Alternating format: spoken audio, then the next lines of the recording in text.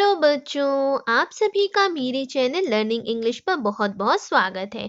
बच्चों, आज की वीडियो के अंतर्गत हम डिस्कस करेंगे हमारी क्लास 12th की जनरल इंग्लिश की वर्कबुक का लेसन नंबर 3।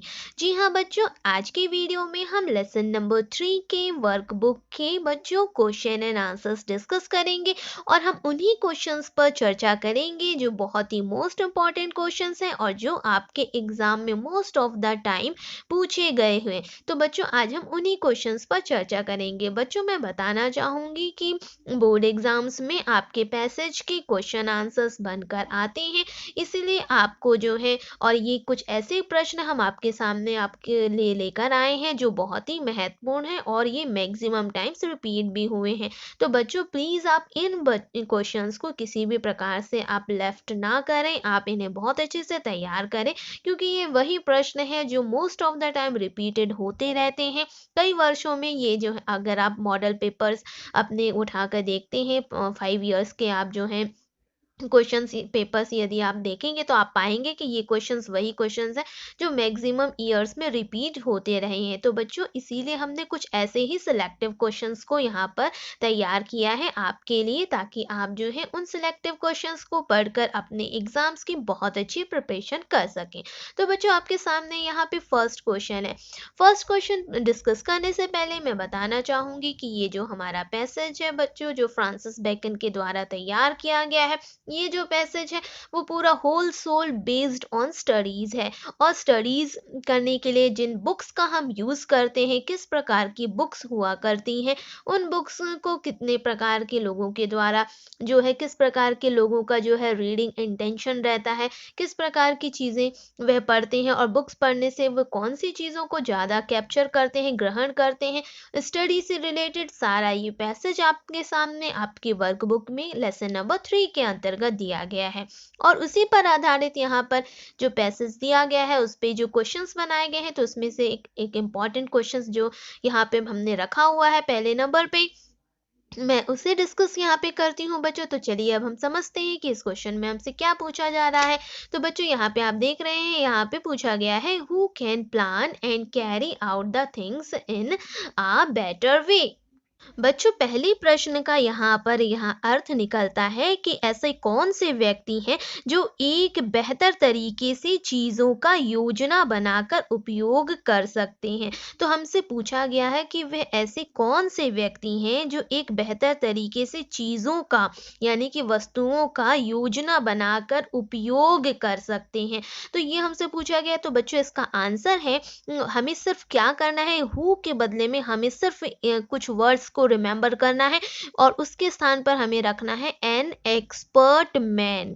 बस हमें ये रखना है, बाकी हम पूरा क्वेश्चन से ही कॉपी करेंगे। तो an expert man, can say पूरा कीवर्ड्स आपको क्वेश्चन से निकाल लेना है। Can plan and carry out the things in a better way, यानी कि जो एक्सपर्ट यानी कि जो कुशल होते हैं, जो बहुत ही निपुण होते हैं अपनी चीजों के लिए, हर कार्य को करने के लिए, तो ऐसे ही व्यक्ति जो हैं वो क्या कर सकते हैं, एक बेहतर तरीके से चीजों की योजना बनाकर उसे जो है उपयोग कर सकते हैं। तो इसमें बस अब बच्चों हमें क्या करना है, हु के बदले में एन एक्सपर्ट मैन, ये 3 वर्ड्स आप याद कर लीजिए और हु के बदले में आप उन 3 वर्ड्स को यूज करके बाकी पूरा हमें क्वेश्चन से एज इट इज उतार देना है, पूरा कॉपी कर लेना है। नेक्स्ट क्वेश्चन बच्चों डिस्कस करते हैं। Question number 2, what is idleness according to the author. इस क्वेश्चन का अर्थ है कि लेखक के अनुसार आलस्य क्या है। आइडलनेस यानी होता है आलस्य, तो लेखक के अनुसार यहाँ पे हमसे पूछा जा रहा है कि आइडलनेस क्या है। तो आइडलनेस के बारे में लेखक ने हमें इस पैसेज के अंतर्गत बताया है कि to spend too much time in studies, यानी कि अपनी पुस्तकों में, अपने अध्ययन में, अपनी पढ़ाई में, स्टडीज में बहुत ज़्यादा समय, to spend too much time यानी कि स्टडी में ज़्यादा, टू मच टाइम यानी कि बहुत अत्यधिक समय को व्यतीत करना ही एक आलस्य है ऑथर के अनुसार। तो ये इसका उत्तर था बच्चों। ये भी एक इम्पॉर्टेंट क्वेश्चन है और ये क्वेश्चन तो मैक्सिमम टाइम पूछा भी गया है, इसलिए हमें इन क्वेश्चंस को बहुत अच्छे से, जितने भी क्वेश्चंस हम डिस्कस कर रहे हैं, बिल्कुल सिलेक्टिव क्वेश्चंस हम डिस्कस कर रहे हैं और हमें हर हाल में उन सिलेक्टिव क्वेश्चंस को तो तैयार करना ही है। नेक्स्ट क्वेश्चन है बच्चों, how does the author compare the crafty, simple and wise man. यहाँ पे 3 प्रकार के व्यक्तियों की चर्चा इस पैसेज के अंतर्गत की गई है। तो वही हमसे पूछा जा रहा है कि how does the author, author ने किस प्रकार से तुलना करी है क्राफ्टी मैन की और सिंपल मैन की और वाइज मैन की। वाइज यानी जो बहुत चालाक होते हैं, क्राफ्टी यानी जो थोड़े से कपटी रहते हैं, थोड़े से चालाक टाइप के, चतुर टाइप के रहते हैं, और सिंपल यानी कि जो साधारण रहते हैं। तो इन 3 प्रकार के व्यक्तियों की किस प्रकार से तुलना करी है लेखक ने। तो आंसर है क्राफ्टी मैन कंडेम्ड स्टडीज, यानी क्राफ्टी मैन कंडेम्ड स्टडीज यानी कि जो चालाक व्यक्ति होते हैं, चालाक आदमी जो होते हैं, वो स्टडीज यानी कि पुस्तकों की जो हम अध्ययन करते हैं उसकी जो है वो निंदा करते हैं, उपहास करते हैं, कंडेम करते हैं उसे। और सिंपल मैन एडमायर, जो साधारण व्यक्ति रहता है वह जितना समझ पाता है वो हर हाल में उसकी प्रशंसा ही करता है। और जो वाइज यानी कि बिल्कुल चतुर प्रकार के जो व्यक्ति रहते हैं, वो ही जो है पुस्तकों का सही मायने में अध्ययन करके उसका जो है सही उपयोग करते हैं। तो ये जो क्राफ्टी मैन कंडेम स्टडीज यानी कि जो चालाक व्यक्ति होते हैं, जो थोड़े से कपटी टाइप के व्यक्ति होते हैं, वह जो है स्टडीज यानी कि अध्ययन की जो है निंदा करते हैं। साधारण व्यक्ति प्रायः जो है प्रशंसा ही करते हैं अपनी स्टडीज की। और जो चालाक और चतुर प्रकार के व्यक्ति होते हैं, वह जो है उसका सही मायने में उपयोग करके उसका सही उपयोग यानी कि उसको पूरी तरीके से उपयोग करते हैं। तो यही जो है ऑथर ने कंपेयर किया है क्राफ्टी मैन में, सिंपल मैन में और वाइज मैन में, कि जो क्राफ्टी होगा वो कंडेम करेगा। आप सी एंड सी से कोरिलेट कर सकते हैं। Crafty man condemn studies, simple man admire. साधारण व्यक्ति हमेशा जो है प्रशंसा करता है, वो निंदा कभी नहीं करता। और उसके बाद जो चालाक व्यक्ति, जो थोड़े से चतुर और होशियार होते हैं, वो सही मायने में अध्ययन करके पुस्तकों का उपयोग करते हैं। और यही जो है ऑथर ने हमें समझाया है। नेक्स्ट है बच्चों, what are distilled books like. यहाँ पे आपसे पूछा जा रहा है कि अशुद्ध पुस्तकें किसके समान होती हैं। यहाँ पे डिस्टिल्ड शब्द जो आया है, इसका अर्थ यहाँ पे निकला है बच्चों अशुद्ध। और यही हमसे पूछा गया है कि अशुद्ध पुस्तकें किसके समान होती हैं। यहाँ पे अशुद्ध कहने का मतलब सिंपल साधारण ये है कि जो पुस्तकें सिर्फ प्राय हम देखते हैं, पढ़ते हैं, परंतु हम उनसे कुछ भी ग्रहण नहीं करते, कुछ भी चीज़ हमें उनसे नहीं समझ में आती।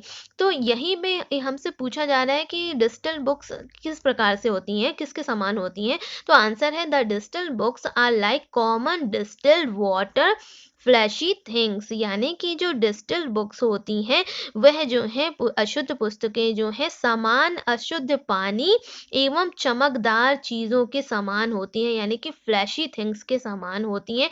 और जो सामान्य अशुद्ध पानी होता है उसके समान होती हैं। तो हमें डिस्टिल्ड से कॉमन डिस्टिल्ड वाटर्स ये वर्ड याद रखना है, और फ्लैशी थिंग्स ये 2-3 वर्ड्स हमें याद रखना है। और हमें अपना आंसर इस तरीके से बनाना है, the distilled books are like common distilled waters flashy things. अब बच्चों नेक्स्ट क्वेश्चन देखते हैं, in what categories does the author divide the books. यानी कि यहाँ पे हमसे पूछा जा रहा है कि कितनी श्रेणी में ऑथर ने बांटा है पुस्तकों को। तो आंसर है बच्चों some books are to be tested, यानी जो ऑथर है उन्होंने कई प्रकार से इसको जो है बांटा है, कई श्रेणियों में रखा है। तो यहाँ पे वह बताते हैं कि some books are to be tested, कुछ ऐसी होती हैं जिसका सिर्फ हम टेस्ट करते हैं, थोड़ी बहुत हल्का फुल्का हमने उसको पढ़ा, थोड़ा सा उससे जानकारी निकाली बस, और उसके बाद हम फिर ध्यान नहीं देते। Others are to be swallowed, और कुछ ऐसी होती जिसे हम पूरी तरीके से निगल जाते हैं, यानी कि कहना चाहिए पूरे तरीके से हम उसको जो है उसमें डीपली उसका अध्ययन करते हैं। And some few to be chewed and digested, और कुछ ऐसी होती हैं पुस्तकें ऑथर के अनुसार जिसे हम पूरी तरीके से, च्यूड यानी होता है चबाना, एंड डाइजेस्टेड चबाने के साथ साथ उसे पूरी तरीके से पचाना। पचाना कहने का अर्थ है कि पूरी तरीके से उसे कंप्लीटली एक एक शब्द के साथ उसे जो है कंप्लीटली रीड करना, पढ़ना, समझना, और समझने के बाद उसके भाव को, उसके अर्थों को पूरा ग्रहण भी कर लेना।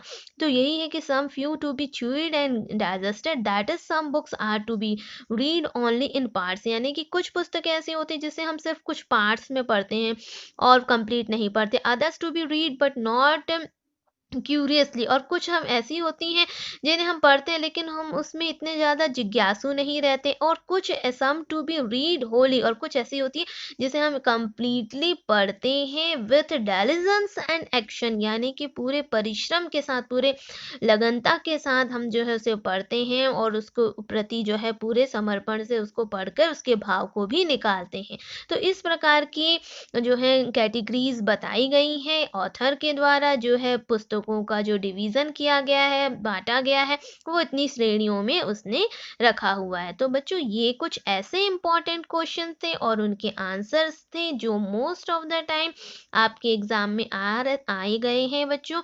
और मैं बताना चाहूँगी कि यहाँ पे हमने जो है सिलेक्टिव क्वेश्चंस की चर्चा करी है। हमने होल सोल जो हमारे अननेसेसरी क्वेश्चंस हैं जो कभी भी नहीं पूछे गए, हमने ऐसे क्वेश्चंस को जो है वहाँ पे यहाँ पर स्किप किया है। ओनली जो मोस्ट इम्पॉर्टेंट टॉपिक्स हैं और जो मोस्ट इम्पॉर्टेंट क्वेश्चंस हैं वही क्वेश्चंस यहाँ पे रखे गए हैं बच्चों, और इन क्वेश्चंस को आपको बिल्कुल डेफिनेटली करना है और आपको कोई स्किप नहीं करना है। इन क्वेश्चंस को आपको हर हाल में तैयार करना है, क्योंकि ये वही क्वेश्चंस है जो most of the time repeating है और इनकी मोस्ट एक्सपेक्टिंग हम कर सकते हैं कि इस वर्ष भी इनमें से प्रश्न बनेंगे।